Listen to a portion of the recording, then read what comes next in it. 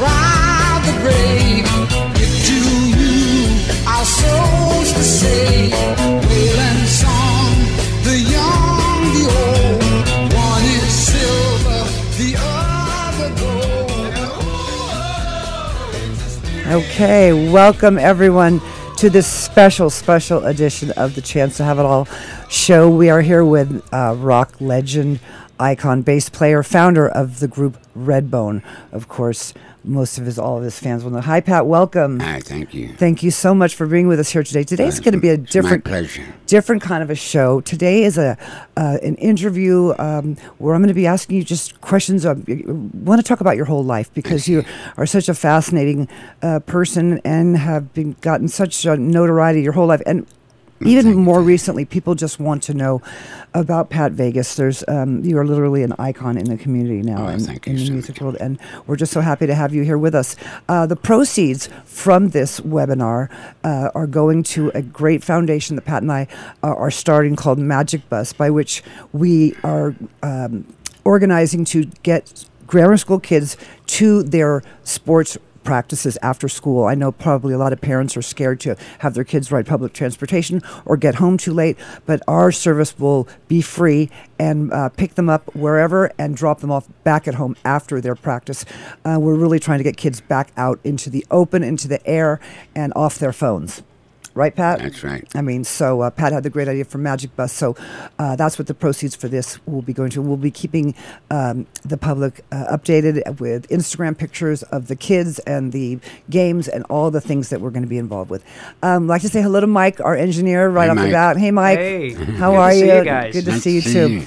Okay, let's get right into it. We have an hour here with a little break in between, and we want to know about your life, Pat. So I would like to start off... can you tell us a little bit about your childhood? I know that you were born in 1941. Yes. And you were your family of how many children now? Tell us, brothers and sisters. There were 8 of us living at home with Dad, so Wow. that would be 10 of us. Okay, now where do you fit in? Give me the youngest and the oldest for the age ranges. I'm third. I'm 8, number 8. And where does Lolly fit in? Your brother Lolly. Lolly is the oldest. Oh, is he? Yes. I've known you for 30 years, never even knew that.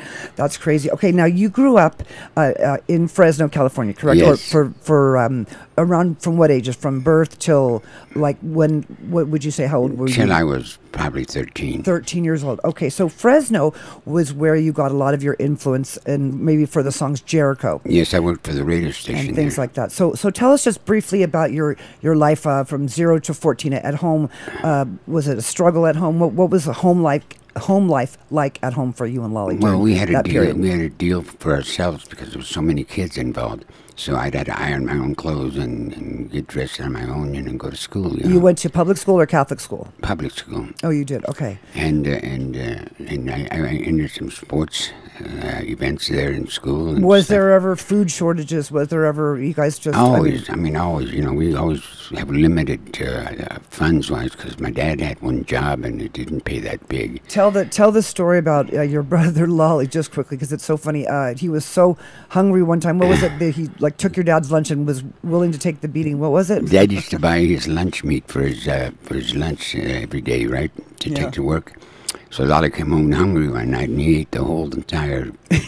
knowing he was going to get a spanking for a punishment, right? Oh, yeah, he knew he was going to get it. He was hungry, and he didn't care. He was hungry, and he ate the whole thing. And oh, wow, that's so crazy. Now, Lolly, your brother Lolly, was older, so how many years older was Lolly than you? 3 years older.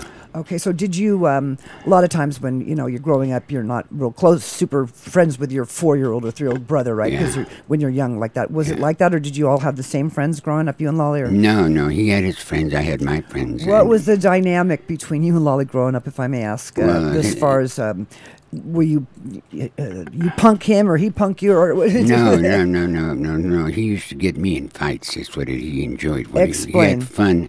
There used to be this park we'd go to, H Park, and we'd go there and hang out and play basketball or whatever. You were the little brother. Yeah, and Lolly would somehow, we were sarcastic and shit, he'd pick a fight with somebody and he'd say, shit, you can't even whip my little brother. So therefore, I had to fight them and not him. Now, what was up with that? You were the little brother. Is that but he just had a habit of pushing them off on me, And you seems like you were looking out for Lolly even back then. So I took it on, and I take the fight on, and that was that. And tell the story quickly, and then we'll move on to the next part of your life. The tire tracks on your back. Oh, I was riding on the handlebars, in front of my bike. I had a bike that I used to do paper route with. Right. And I was sitting on the handlebars, and we were going along, and he hit this bump. You and Lolly. Yeah, and he hit this bump, and I fell off the bike, and he ran right over me with the bike and kept going. And so you got home, and what happened? I got home, and he said, and I was bleeding, my nose was bleeding and stuff, and my forehead and stuff. And Mom said, "Oh my God, what's the matter with you?" What happened? And I didn't say anything, and Lolly said, "Wasn't me, right?" No, Lolly said he fell off the bike and hurt himself. Oh. And I said, "No, it's not true. He ran over me with the bike." and he said, "No, that's a lie, Mom. That's a lie." But there were tire tracks on your... I turned around, and Mom saw the tire tracks over my back.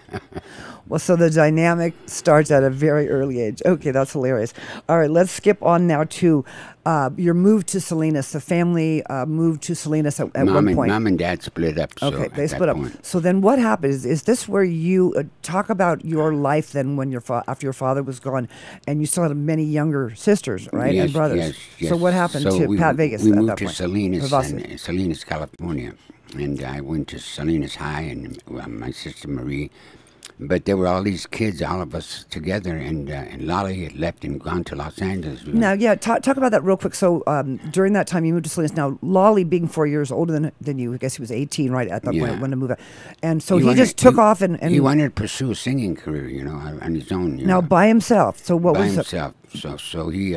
when we got to Salinas, we played there at a club called the Red Velvet. We played there. But didn't they call Lolly the Mexican Elvis? Yes, because he went up on stage and he did Elvis Presley song. I bet he did it good. And that's what they call him, Mexican Elvis So he was Presley. looking, going after a solo career at that point, correct? Yeah. Now, were you still pursuing music at that time on your own? Oh, I love music. Yeah, I always did. Since you were a kid? Yeah, and didn't your grandfather say as soon as you can reach the guitar, you can play it? He told me that. So yes, so I got up on a chair and I pulled the guitar down.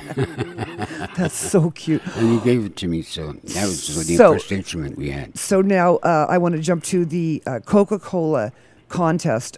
You were, I think, 14, 15 years old was it Salinas? 13 years old. So in Salinas. So Lolly was gone. Lolly went to, she was in L.A. And you were in taking care of your family. He went to go pursue his career. And so how did you get involved in this contest now for Coca-Cola? I heard it on the radio, on TV, announcing that they were going to test people and they should come on down and perform. And you weren't scared to go up there by yourself? No, I put together a band called the No way. And I forget the name of the band. so it doesn't matter. But I put four musicians together with me. So you went up there and balls out and weren't scared? And I did a song called Red Sails in the Sunset. A cover tune, right? Yes. And I sang it. And you sang it. And we won. Did you play guitar or bass? No, guitar. I didn't either. I just sang. Oh, you just sang? Yes, You had a band backing you at 14? Yes.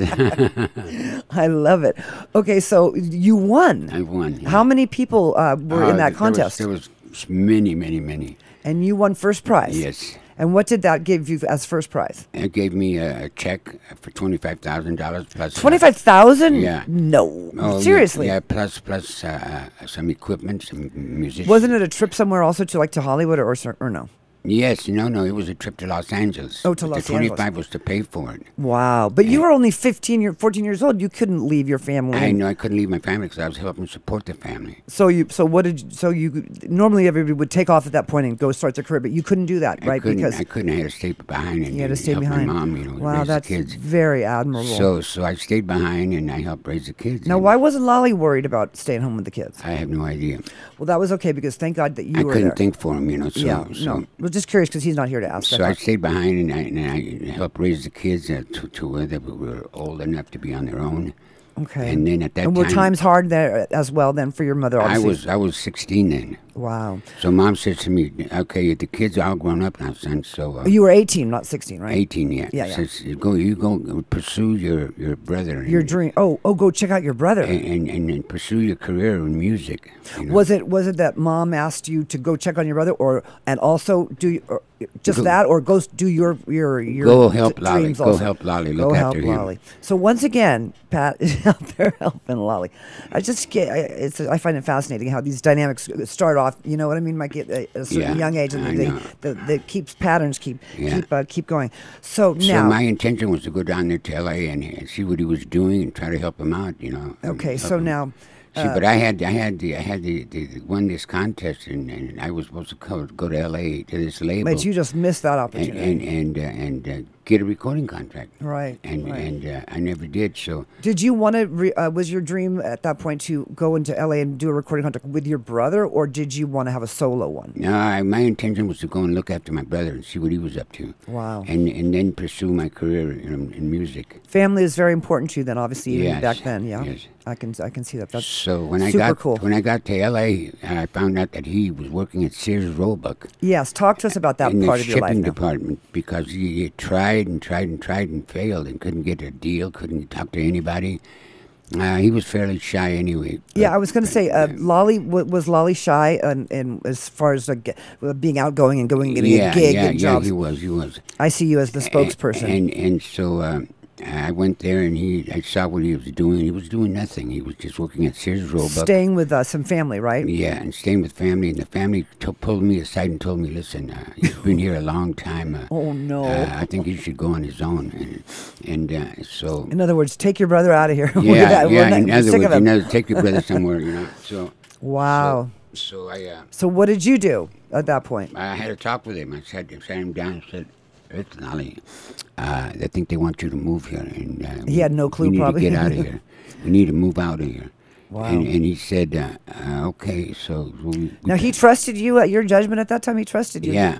So we packed his things and my things, and we left. And how much money did you guys have? I had $25 at the most. How come you came to LA with no money? I mean, like, you knew you'd have to have some survival money. I'm sure you had Well, some. when I came, I had $75. So I was rich. Can you imagine? Yeah.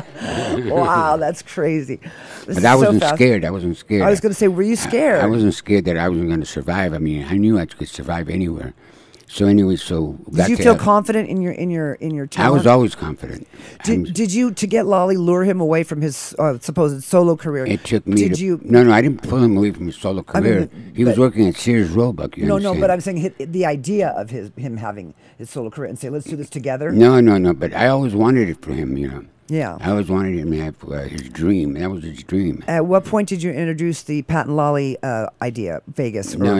So I'm walking down Sunset Boulevard carrying my bass amp on one hand and my bass in the other. And I'm walking down the street, and this woman, this beautiful lady, walks out and says, hello. I said, what's your name? I said, Pat Vegas. She says, well, I'm so-and-so Podler. Would you like to work playing bass? I said, yes, that's what I'm looking for. So these are the days where musicians actually walk down Sunset Boulevard with their instrument on their back. That's right. Looking for gigs, yeah. And that doesn't happen anymore. She was part owner in a studio called American Recording Studios. Wow. On Sunset, and Sunset right next to the Palladium. So I said, yes, I'd love to very much work. So Wow. she took me in, set me Gave up. you a try. And I started cutting demos for her artists. People used to come in there every day looking to cut Now, demos. this is you by yourself, just trying to make Just money me for by myself, yeah.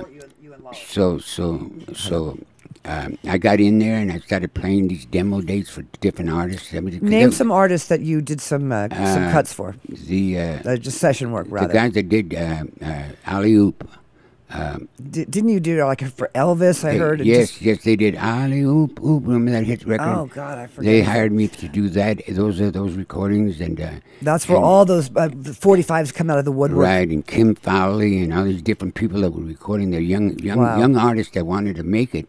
But they couldn't afford background music, so the studio hired me. Now, did you read music or anything at that point, or no? You just I could read chord charts, yes. Yeah, so I could read chord charts. You were hired on that merit alone. Yeah, wow. So everybody just, I'd say, write your chord chart out, say your song, and they'd write it out, and I could play it. So you were like maybe 20 years old, something like that at this point, or? Yeah, about that, 19. Yeah, wow. So they would put the sheet music in front of me, and I'd play the tracks. And I must have cut 1,000 tracks. So let's hear, we're hearing one of them right now, All right. I think, in the background. All right. There's a man in the funny papers we all know. Hallelujah. Oh my God. He lives way back a long time ago. Now, again, you're just playing the I'm a playing track. bass, yeah. The track. Nothing but a Okay, this is fantastic amazing. So this is all experience under your belt. This is incredible. Yeah. Okay, so now did you you just did the session work yourself? Did you get when did you start getting gigs for you? Oh, and Lolly? I'd make like maybe $15 a day. So Wow, that's crazy. so I was not making a ton of Now- money, but I was making enough to survive. You know. All the while, were you practicing with your brother, getting songs together for your playlist or what have you? When pre Gazaris. Well, we were used to each other. I mean, I knew what he was going to play before he played it. He knew what I was going to play. No, so that came from growing up playing together. Yeah, playing together. Yeah. Wow. But so I'm working this. So I pulled Lolly in. I finally got him in there into American Recording Studios, and he started playing guitar on some of the tracks. So that we started working together again. Wow. And, Looking out, always yeah, looking out. Yeah, and things started happening. You know. That's fantastic. Okay, so let me move on now to how much longer before you landed that key gig at Gazaris, which pretty much changed your life, right? At that point, I mean, Yeah. We ran it. We how long did that happen after your? There's a very famous manager and producer by the name of Bumps Blackwell. Sounds familiar. Yes. Who is he? Oh, he's been involved with many hit groups. If you look him up, you'll find the people that he's been involved. And what did he? Now, what did he He's do? been involved with Ray Charles, Aretha Franklin, many artists. Okay. And Lolly and I were one of the two artists that he took on because he liked what we did. Now, you guys did cover tunes primarily at that point, right? Yes. Wow. And he took me to La Cienega to a place called Gazaris, and Bill introduced me to Bill Gazzari, and Bill Gazzari and I hit it off right away, and we liked each other. And then we auditioned for Bill, and Bill hired us on the spot. So Bumps Blackwell, wow, something. Look at that, something jumping. Oh, That's yeah. crazy. He So was a genius. He was brilliant. The people he discovered in this business is amazing. I just find this so fascinating that you're this one person. I mean, you're always Pat Vegas, but how you evolved and to eventually we'll get into that in part 2 of the interview. But how you ended up being Redbone. This is all seems like all this experience, It's right? all coming, yeah. It's all starting to form to what we see now. So we got the gig at Gazzari's and on La Cienega, and we were there. Now talk about that. What was that like? Was that the height of Hollywood, right? We were there for a year and a half. I mean, and no one's ever worked that long there. And people, the place was so packed. It was a line 2 blocks down the street waiting to Now, get always cover tunes, never introducing we didn't. By that time, we'd introduced a song or two of our own. Okay, right. Now, this is where those songs were written. Tell me if I'm right or wrong. During the same time period where the songs that you recently put out, I'm hoping it's still Historia de Amor, all those acoustic songs of you and Lolly singing together, like one guitar. Was that during that time period? Yes. Okay, just to give everybody. No. Those songs were way before we even left Salinas. Those were. Yes, they were my God, I didn't know that. Pre-Pat and Holly, pre-Redbone. Oh, I was thinking that was when you were in Hollywood in the Gazaris. No. Oh, Hollywood. wow. That was way before. I don't even know if I made that clear when we released that little 5-song EP. That was when we realized we could do it. We could do something. Wow! So you guys had those harmonies, those just Yeah, ethereal, we had crazy. that worked out. Yeah. Way back then. Yeah. So after being at Gazaris for a year and a half. And you met every star at Gazaris, right? Yes, every actress. every actor, everyone that you can imagine was there. And name a couple girlfriends that you had, or girls that were. Oh, I can't remember. Lana Turner. Was Lana Turner or something? Anyway, so after working a year and a half on Gazaris on La Cienega, Bill was making so much money with people, with the crowds, that he expanded and he bought Gazaris on Sunset. Wow. And then you were, involved with booking other acts, right? No, I thought he was going to get somebody else for Sunset. He says, no, I want you and Lolly. No way. So we moved to Sunset, and that place was jam. So talk about you booking. Remember you told me once before you booked a lot of acts at one point in your career, like the Doors and Creedence, all kind of people. Well, I was just getting to that. No, sorry. Getting to that. So now Gazaris was opening up on Sunset Boulevard, at the top of Sunset, right next to the lady that does Comedy store. Yeah. No, next to the comedy the store. Troubadour? The girl that used to hypnotize people, Pat something. Oh, I thought you were going to talk about Carol Doda in San Francisco. No. Pat Collins used to hypnotize people and stuff. I'm not sure who that is. So anyway, we're right next door. I'm after about 6 months, a year at Gazzari's on Sunset. Right. Bill asked me to audition other acts. Okay. Because he wanted to build a second stage. There was one stage, and then he wanted to build a second stage. In other words, he wanted to enlarge the club because we were making so many people. I mean, it's making so much money. So now, what acts did you? So I started auditioning acts during the afternoon, like around 12 o'clock till about maybe 3 o'clock. And I started auditioning acts, and they kept coming in and day out. And one of them was The Doors. Jim Morrison And the boys. A lot of these guys end up being good friends of yours, right? Yeah. And Jim, and so they came and auditioned. They were so bad. They played. They were bad? Oh, they were terrible. They were terrible. You didn't hire them? No. So just listen to the story. Oh my God. So they auditioned, and I liked Jim because Jim and I got along real well right away. And I pulled him aside and I said, "Listen, Jim, you can't play this club with that kind of music, man. That's acid head rock music." Wow. I said, "You can't. This is a dance club, you know." I said, "You got to learn something different kind of style of music." He said, "What style?" And I said, "Watch what I'm going to do on stage. I'm going to play a song that I think along those lines that you should do." So when we went up on stage and they sat down there at the table and were listening to me, and we did a song called what was the song? It was you and Jim, or Jim? Lolly and I. Oh, you and Lolly. Played a song on our set that along the lines of what they should be doing. Oh, I see. And we did "I viene loco le dicen loco," which was a swing rock Latin feeling kind of thing, you know. Wow. And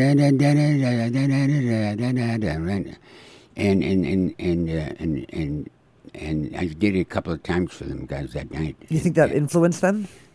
Completely. Wow. Because they came back a week later and they did "I Wanna Light, Come On Baby, Light My Fire." Oh, wow, no way. The next week was the same melody as the song I just sang. That's crazy. "I viene loco, le dicen loco, come on baby, light my fire." You know. Right, that's something I really wanted to highlight is how you've influenced so many people. So it impressed me. that he gathered the idea. He could put it together so fast. Wow. So I hired them, and that was The Doors. And then talk about Creedence Clearwater Revival. Wasn't it a similar story how you influenced them musically as well?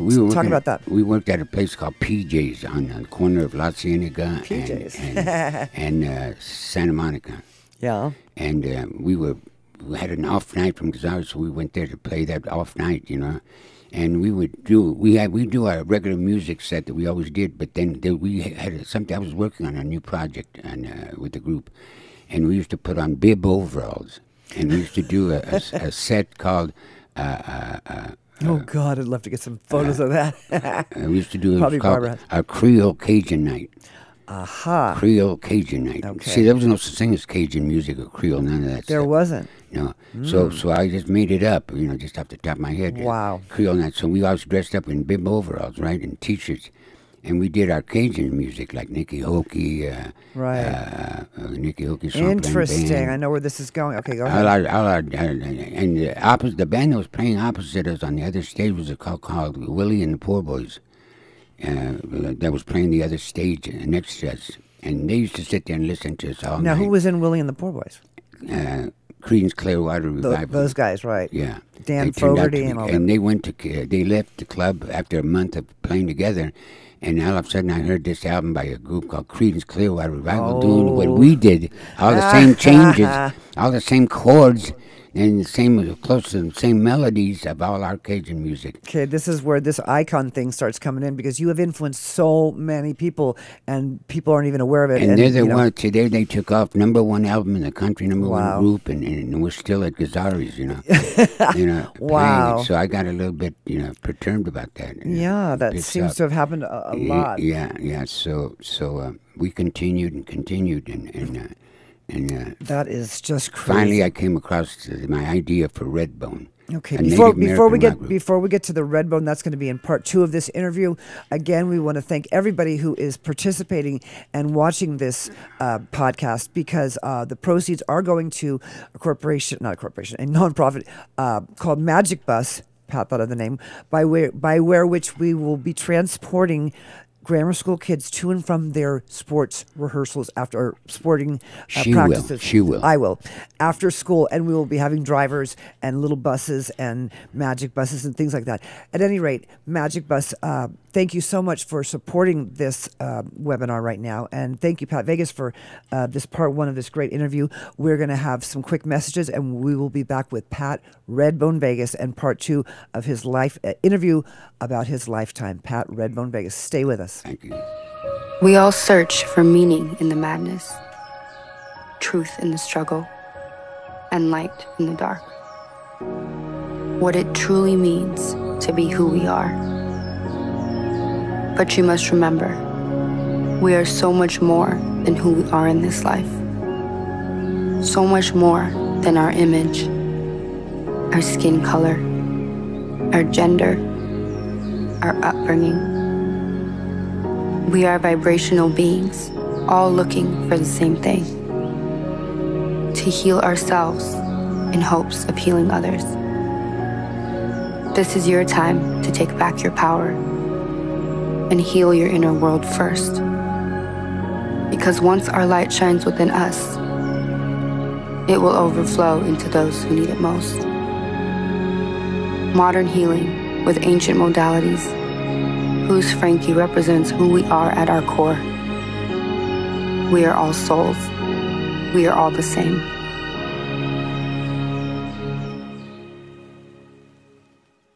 That is Who's Frankie. Very proud of that. That's our daughter, Frankie Vegas. Very proud of her, that whole endeavor of hers there. I'm very proud of her. Vibrate higher with Who's Frankie. That's what my license plate. She has license plate covers for herself. At any rate, welcome back, everybody, to part two of this interview with Pat Redbone Vegas, legendary founder and icon bass player for the band Redbone, Native American band. We're so happy to have you with us here, Thank Pat, you for having me. talking about your such an interesting life that you have had thus far. That I know you've had a lot of interviews and stuff over the past about separate things, but I just wanted to ask you just put it all together in one big interview. And thank you so much for your time. I'll try. Okay, so let's get on to the where we left off on part one was the you were still Pat and Lolly Vegas and Gazaris. Yeah. At what point did that start? How much of a gap was there in between Pat and Lolly Vegas and then when you became Redbone? Because I know you had shared with me that they didn't hire a lot of times. People didn't get record deals who were acts, club acts. We had tried to get a Right. record deal, but traditionally they didn't do that. People's first impression was no. They're club acts. Right. They're not a rock Right. top 40 group. No. Right. They're a So- rock act. So we're not. So what did interested. you do at that So point? I said at that point, I said to Bill Gazzari, we're gonna leave. Better get somebody Was else. he devastated? Yeah, no, I said, we're going to leave because I knew that we had to get together and we had to rehearse and we had to come up with some original material. Right. I knew that was a pattern. That was the way it has to work. Did you have the idea yet Yes, for Redbone? of course you I did. had to. I wasn't going blind. Yeah. Well, I don't know. So we moved. We got a house. A friend of mine that I had then that used to hang with me, named John, happened to be one of these wealthy kids that had most everything, but he didn't have friends, Right. And, but he and I were good friends, and he had this house up on Mulholland. Really? Like a three bedroom house with a pool and other thing. And I said, I'm gonna get a house somewhere, and we're gonna start rehearsing, me and the band, and we're gonna work on a new set, Yeah. new material. He said, why don't you do it at my house? Oh my! He lived there not with his parents. He lived there by himself, but his own place. Yes, he's going to do it at my Wow. house. And I said, "Wow, that's fantastic that you can offer that." So I Wow. So to make so I said, "Great." So we moved in and we started rehearsing every day, at least 4 hours a day. Now I wonder what year this was. Mike, help me think about the years. Let's see. We're probably at 19. Let's see. Redbone came out in 74, so we're maybe 1960. 4, No, after that. No. 64. Okay. You would So know. we started rehearsing night and day. On Now you and who else? You and your brother and Tony Bellamy and Peter DePaul. oh, you had those 4 players at that time. Yeah. Oh, No. I didn't have Peter yet. We had Wayne Bibby. Who? Wayne Bibby. He's the drummer that's I don't mean to laugh at the name, but that sounds funny. He's a brother that's a monster drummer. Monster. Okay. So we started rehearsing day in and day Now, out. where did you meet Tony, if I may ask? Or, I mean, how did you bring in that? Tony was working with a group called Peter and the Wolves at guitar. He's on their offsets. Okay. Pat and Lolly Biggers was one set, one stage, and Peter and the Wolves were in the second stage with Okay. Tony on guitar. So Tony would come over to our stage when we were on, and he'd get up there and plug his guitar into my amp. And now talk about how what was. And Lolly didn't like it at all. Lolly was said, no, unplug him, get him Now, off stage. why didn't Lolly like Lolly it? didn't like him because he played real busy, you know. His rhythms were insane. Yeah. And Lolly he was having problems soloing because he wanted a solo.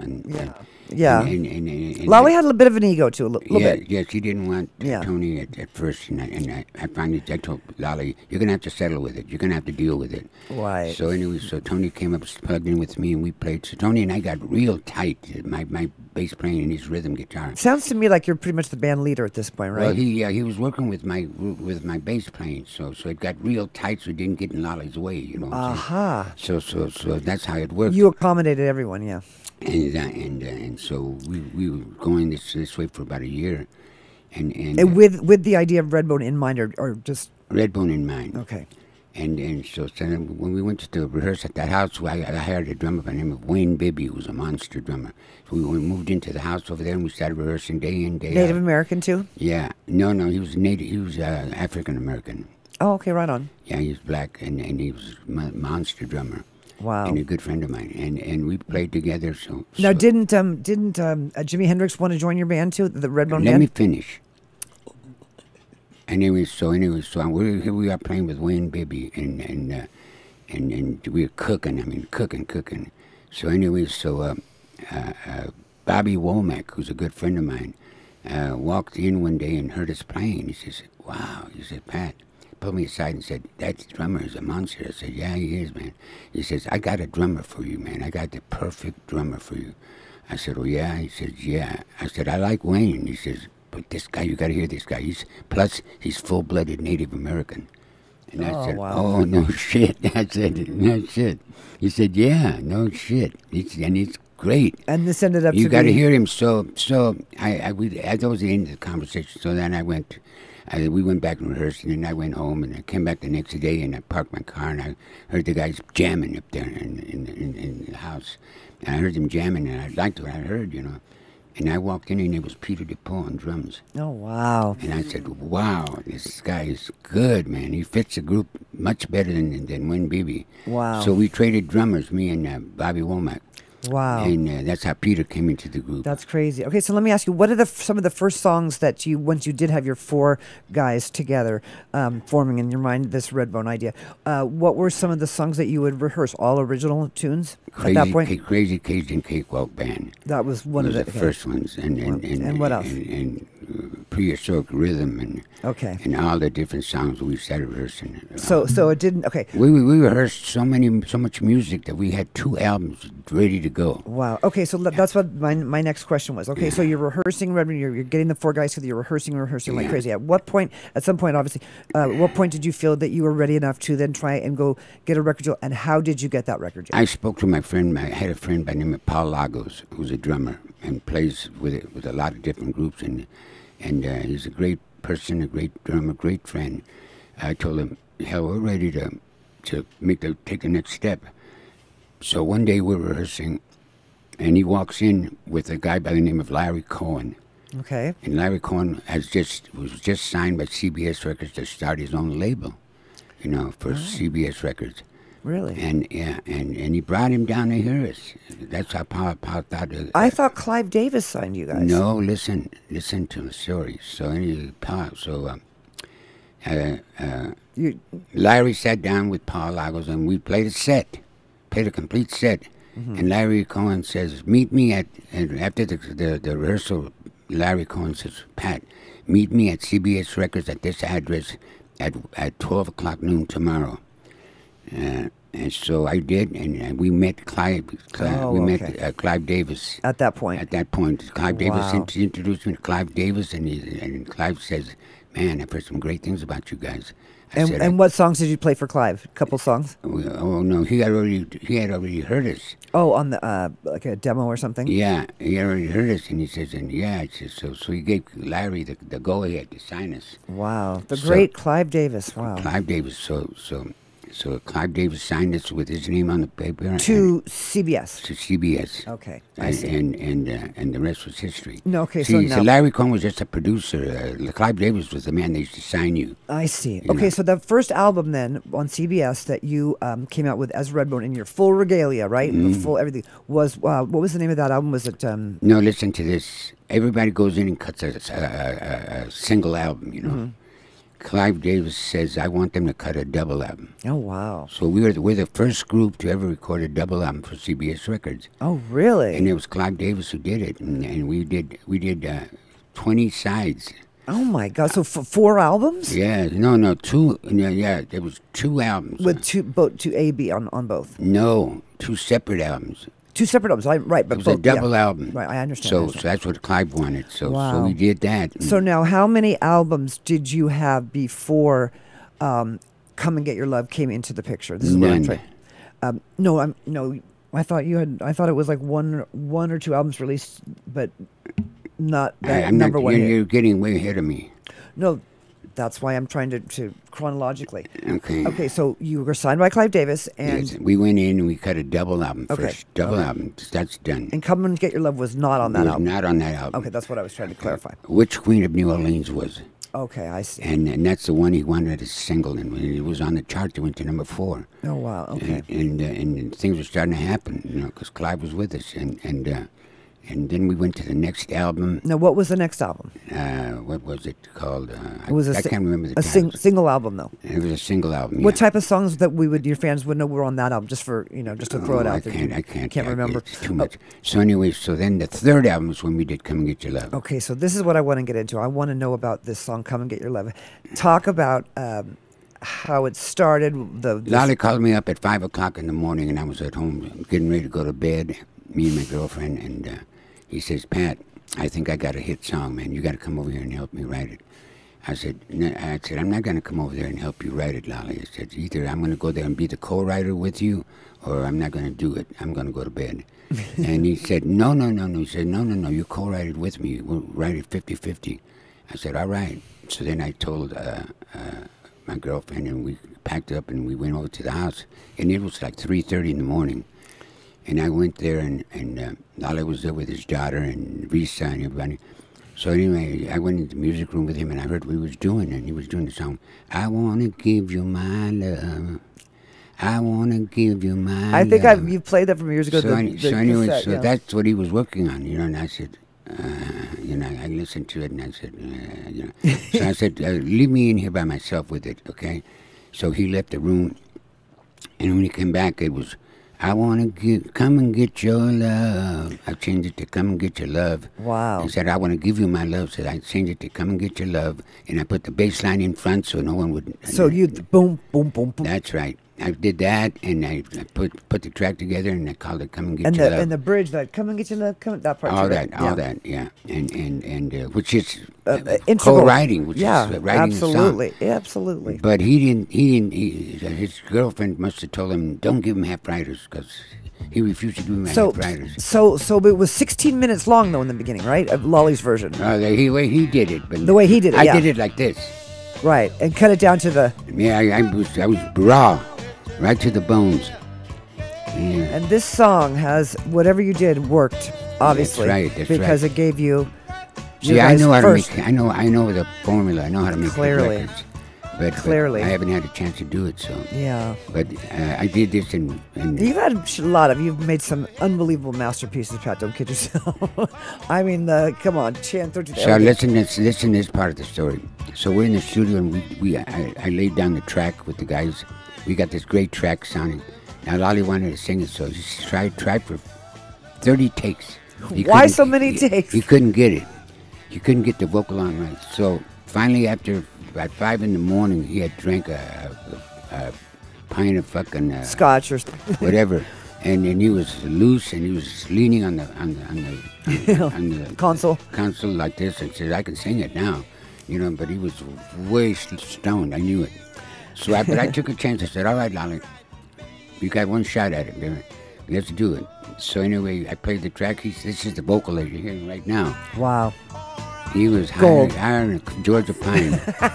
Higher than Kelsey's nuts, right? Oh, yeah. Are Kelsey's nuts high? I don't understand that. Yeah, he was tall. Love it. And I mixed it in 15 minutes. I said, let me get the mix. And I mixed it to earphones. I didn't mix it to the speakers. I played it on the earphones and I listened to the earphones and I mixed it to the earphones, and that's what you hear. So I want to ask you a question now, and you can answer me if you want, but it's something that you just want to ask this question after hearing your story. Why then did you not make, obviously you didn't make a big deal as you could have to get, what half writers. What you're half right on this? You have publishing right now with, I had half writer, half published, half. I had half of half publishing. What was the reason that you didn't just say F you? I didn't want to fuck it up. I mean, I didn't want to tarnish it and have people. You didn't want to break up the group. I didn't want it to be a mark against us. Right. So I see. left it alone. I wasn't greedy. Because that shows a lot about you as a person. Because you didn't, you wanted the group, what was best for the group. That's and right. You didn't want to screw things up by being and the group, and the guys in the group begged me to. But in retrospect, I know that's got to bother you. All these years later, a little bit, does it? Well, I wrote it. I actually wrote it. That's my bass line throughout the song, and that's my intro. And what's really interesting is that, our rest in peace, Lolly, God knows we miss him. He didn't get to see all this Guardians of the Galaxy stuff, and the way this song has come back 40 years later, #1 again on the Billboard charts. Because I did it. And the importance of this song would not have been this song have the magic without touch, you. You know what I'm saying? Yeah, you gotta have that certain edge. You really edge. do. And I see you as the producer of the band. Really, I mean, it seems like your touches, you made that all happen. Yeah, my edge. Yeah, your expertise. Absolutely. Well, you can see it on songs like Chant 13th Hour and all these crazy songs that you have written are so beautiful. And some of them are like symphonies, and other times it could just be so simple and beautiful. Well, thanks for sharing that with us. Simplicity's perfect. Yeah, that is crazy. So, looking back in retrospect now, regarding that song, would you have done anything different now that things have happened the way they are? Yeah, I would have signed a contract before I did it. This has happened to so many people in the music business. But I didn't want to tarnish and destroy the movement and the whole the love of the song for my lawsuit and me and bickering it would have been ugly over who owns what and bad blood. I didn't let that get into the picture. I got a lot of respect for that, Pat. No, seriously, a lot of people are so sue happy these days. Everyone's suing everybody for everything. It's a shame. I'll get it back. I'll get it all back. Well, but you're here to experience all this, and now it's also in the new Guardians of the Galaxy, correct? Yes. It's in this movie again. I mean, he might have made him and his old lady made the most of the money. I mean, but eventually I'll get it back. Yeah, well, look at all that. I figure good always survives. Yeah, that's right, and cream always goes to the top. Absolutely. Well, we thank you so much for what you did in making that song what it was, because that song is made so many people happy, so many generations, and the proof is in the pudding here. Okay, winding down, we only got, oh my goodness, I can't believe an hour's gone so quickly. Let's bring ourselves up to current now, Pat. Redbone Vegas. Okay, so your brother sadly has passed away. Now you are doing your solo albums. You're on your third solo album. Is this correct? Yes. Okay, and we're not really counting Historia de Amor because that was older things for you and Lolly. Ambergris being the first one. Yes. Great songs. Yes. Second one being Buffalo Blues. Yes, I would like him. I would like to hear one of the new songs that I'm doing. Okay, so that brings me to now you and I'm doing it with Frankie now. Our daughter Frankie Vegas, right? From Who's Frankie? You seem to be on this new, not a new sound, but this vein, if you will, of some great music coming out of you. Yeah, but it's got that "Come and Get Your Love." And it's I sent you a picture, Mike, of it's a picture of Pat, and it says. oh God, the name of it was a little snippet from the sneak peek on the song from it was one of the latest posts that we had done. It was on YouTube for a while. Actually, Frankie might have taken it down. Yeah, I want to play one about of some of the Frankie. new music. I think I might have sent you the video. Listen to the sound of this new music that I'm doing with Frankie. You know what? I don't think, but you know, we'll edit it in there, Mike. Don't even worry You got about it, that. Mike? He does it because it was taken off. It was taken off. We took it off there because we didn't want to release it because it was just a sneak peek. So, but we're going to edit it in here, and you will be listening now to a little bit of the new music coming out from Pat Vegas and his daughter Frankie, and it's a great sound. And here's a little bit of it. With love. Okay, we are back now, and that music is just so. I understand why Frankie didn't want to release the whole song yet because is it going to be a 5-song EP that's coming out? It's going to be a Promised Land. It's going to be a 5-song. I can't believe I couldn't remember. Promised Land. It's going to be a 5-song. Is the name CD. And one of the lyrics are what is it? Indian on the Run. You know, talking all about the Promised Land. Some great. Some real positive input. Yeah, and what the fans heard, remarks from the fans' comments, just a little bit where they went, "Wow, brother, thank you so much for still gives me putting an out this opportunity music." to stretch my mind into the music. And So, what does it feel like? And do what I know I can do. What does it feel like at this at the age right now and the point you are in your career to be writing this great music? It hasn't changed anything. It's just in me. It's just the way I am, the way I feel. And it's easy for me. I mean, it's easy. It comes in. Like from a great spirit. It just comes through me. Yeah, you know, and it's a shame a lot of times people, you know, these younger generations are maybe they're not aware this music is coming from. You ever any desire for anyone else to do your music, or you just want to still, which you can and you do only as you can do it, but to do your music? Is there any interest in writing for other artists at this point in your career or producing? Well, I work with my daughter Frankie because she's got the emotion that I like. Yeah, she feels what I feel. Right. And she's my daughter after all. Right. And so we write good together, you know. Well, this she inspires me. Even just playing a little snippet of this on one of the Chance to Have It All shows that we did, one of your fans wrote in and said that that's little bit of this song moved her so much. Eyes in the Sky, I think it was from this album that we're talking about coming out. She said that it had changed her life. So her sister apparently had died months before, and she wasn't able to stop grieving for months, almost a year, until she heard this song, and all of a sudden she just felt cleansed and uplifted, and she felt her sister coming to her, and she said, you know, for her it was such a crazy experience that she wrote in. It's a blessing. She wrote in, and so at this point, what does it feel like to be writing music that can potentially change someone's life by just hearing it? At this point, is it just second nature to you? It's like God's given me something that to work with, you know. And it's amazing. And it's a feeling that I get, you know, when I'm writing a song. I think it's a feeling that it's got to be universal. I think it's why God keeps you so young all the time, because you still have so much damn good music in you. It's like, I can still run the 100-yard dash. Oh, man. Well, we don't want you to do that. We just want you to run the 100-yard bass or keep writing those songs.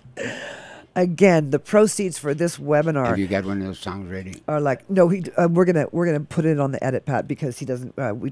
Frankie took it off the YouTube, but I had. Oh, you do? Yeah. Okay, my bad. Let's hear. This is another sneak peek from some stuff coming out soon from Pat Vegas.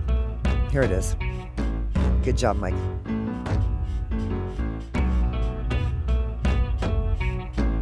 He sees a crowd coming, and you know it's time. We gon' start drumming. You gon' hear our cry. He sees the crowd coming. We don't believe your lies. Once we start strumming, you see the storm arise. And listen to the drums speak our native tongue. And when you hear the call come, coming together, consider it done. Let the truth be heard with the setting sun. Together our voices will ride the wind. The spirit song will linger long after we're gone. The time is here and now. If for reason you've forgotten, we will show you how. He sees the crowd coming, and you know it's time. We gon' start drumming. You gon' hear our cry. He sees the crowd coming. We don't believe your lies. Once we start strumming, you see the storm arise. The blood of a warrior runs deep like the sea, running silently with me. In the darkness of the night, be the guiding light. Love one another and take a stand, 'cause love is the promised land. Show everyone we stand hand in hand, 'cause love is the promised land. He sees the crowd coming, and you know it's time. We gon' start drumming, you gon' hear our cry. He sees the crowd coming, we don't believe your lies. Once we start strumming, you see the storm arise.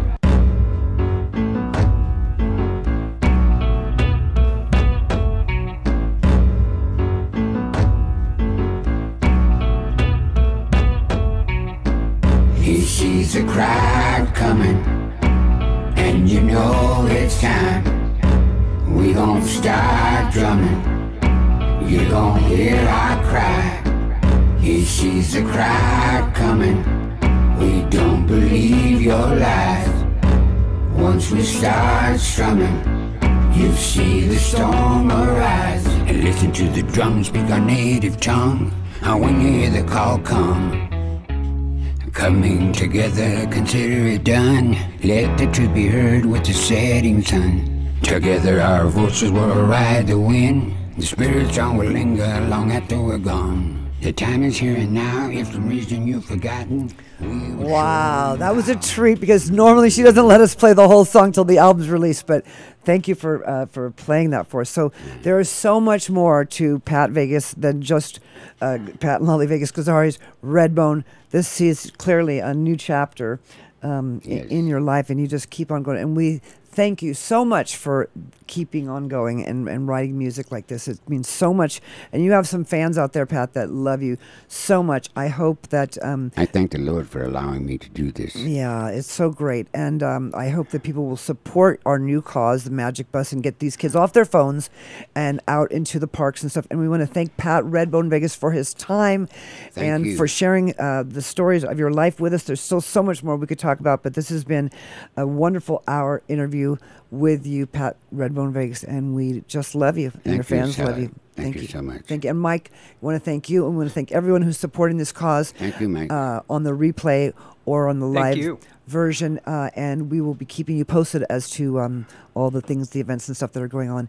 Pat Redbone Vegas, everybody go out and get that Promised Land CD. It's going to be a 5-song EP, right? Yeah.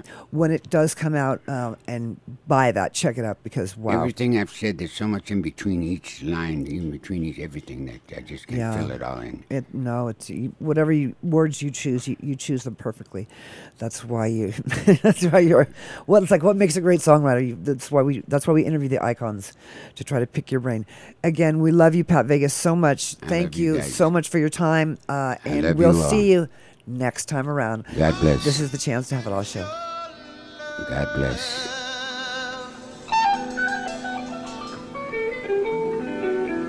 Come and get your love.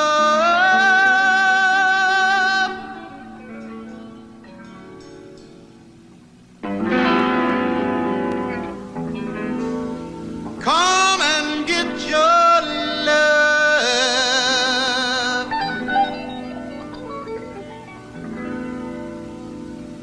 Come and